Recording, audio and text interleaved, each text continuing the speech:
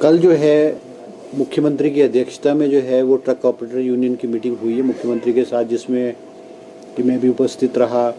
और भाजपा के हमारे विधायक आदरणीय रणधीर शर्मा जी, कटवाल साहब, राजेश धर्मानी जी, संजय अवस्थी जी और इंद्रदत्त लखनपाल जी और ट्रक ऑपरेटर के सभी लोग जो उपस्थित रहे हैं। और 2 दिन पहले मीटिंग हुई थी, उसमें ट्रक ऑपरेटर्स ने कहा था कि हम रेट पे आपस में सहमति लाने की कोशिश करेंगे। कल दोनों ट्रक ऑपरेटर यूनियन ने मुख्यमंत्री के समक्ष जो रेट है वो रखा है और उन्हें कहा कि 10 रुपये 15 पैसे से लेकर के 10 रुपये 20 पैसे पर किलोमीटर तक जो है ट्रक ऑपरेटर यूनियन जो है वो रेट पे तो तय हो गया है। और साथ में उन्होंने ये भी कहा है कि जो रेट उनके जो हैं ये अभी ऑफ़र उनका जो है ये 2 दिन के लिए है। अगर अदानी जो सीमेंट प्लांट के ओनर है अगर उस बात को मानते हैं तो इस रेट पे वो माल ढुलाई के लिए जो है ट्रक ऑपरेटर दोनों ट्रक यूनियन जो हैं वो तैयार हैं। और अब स्टेट ने मुख्यमंत्री जी ने जो सेक्रेटरी इंडस्ट्री और सेक्रेटरी ट्रांसपोर्ट है नज़ीम जी, उनको कहा है कि भाई ये जो रेट हैं ट्रांसपोर्टर्स के रेट हैं ये आप अदानी को बताएं और अदानी अगर इस रेट पे फैक्ट्री को चलाना चाहता है तो सरकार जो है उसका जो है वो स्वागत करती है और एमिकेबली जो है ये जो डिस्प्यूट है ये सेटल हो जाएगा। अब अगर इस रेट पे फैक्ट्री को चलाया जाएगा तो इसमें लगभग कोई 200 करोड़ रुपए का जो है वो जो फ़ायदा है वो अदानी को होगा, या मान लो को ये कहा जाए कि भी जो लॉसेस होते थे उसमें उनको 200 करोड़ रुपए का करीब के करीब जो है उसमें उनको जो है सेविंग्स होगी। अब अदानी का रिप्लाई जो है वो आया नहीं है अभी कि वो किन शर्तों पे इन शर्तों पे मानेंगे कि नहीं मानेंगे। और जैसे भी उनका रेट आ जाएगा या अगर नेगोशिएशन की ज़रूरत होगी तो विधिवत रूप से उसी प्रकार से जो है हम जो है आगे बढ़ेंगे। और सरकार ने ये भी तय किया है, मुख्यमंत्री जी के आदेश हैं कि अगर अदानी फैक्ट्री नहीं चलाते हैं या उसको नहीं शुरू करते हैं, क्योंकि आज बहुत सारे लोग 2 क्षेत्रों में उनकी जो रोज़ी रोटी है इसी पे निर्भर करती है, अगर वो नहीं चलाएगी तो सरकार ने तो अपनी जो कानूनी कार्रवाई है उसकी तैयारी कर ली है। एक परसों मेरी अध्यक्षता में मीटिंग हुई थी जिसमें हमने सभी विभागों के लोगों को से डिस्कस किया है और लीगल एक्शन हम क्या ले सकते हैं उस पर जो है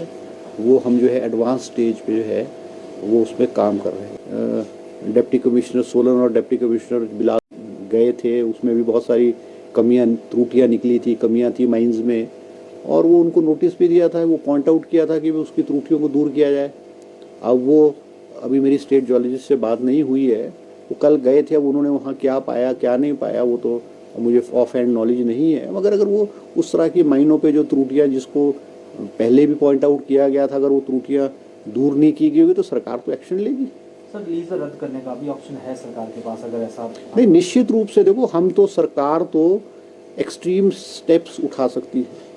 मुख्यमंत्री ने स्पष्ट रूप से कहा है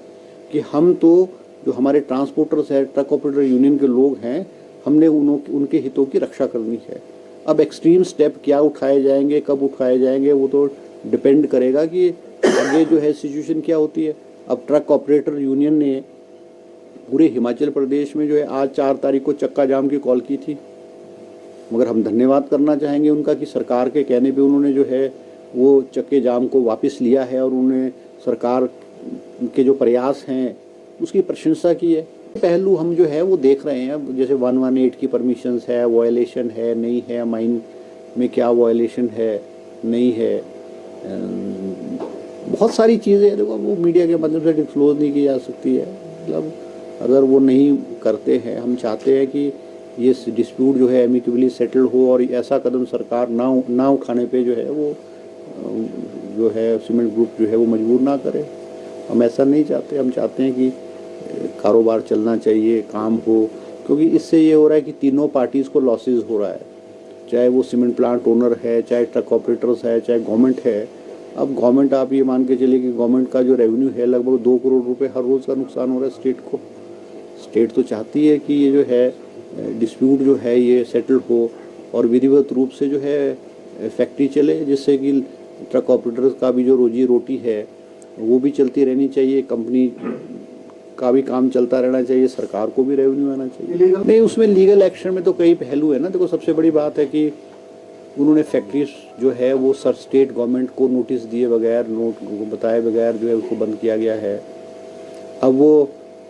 उनका ये कहना है कि भाई हम जो हमारे रेगुलर एम्प्लॉयज़ हैं उनको तो हम सैलरी दे रहे हैं, मगर जो कॉन्ट्रैक्ट पे है या अनरेगुलर एम्प्लॉयज़ है उनकी तो रोज़ी रोटी छिन गई है। तो वो भी एक पहलू है।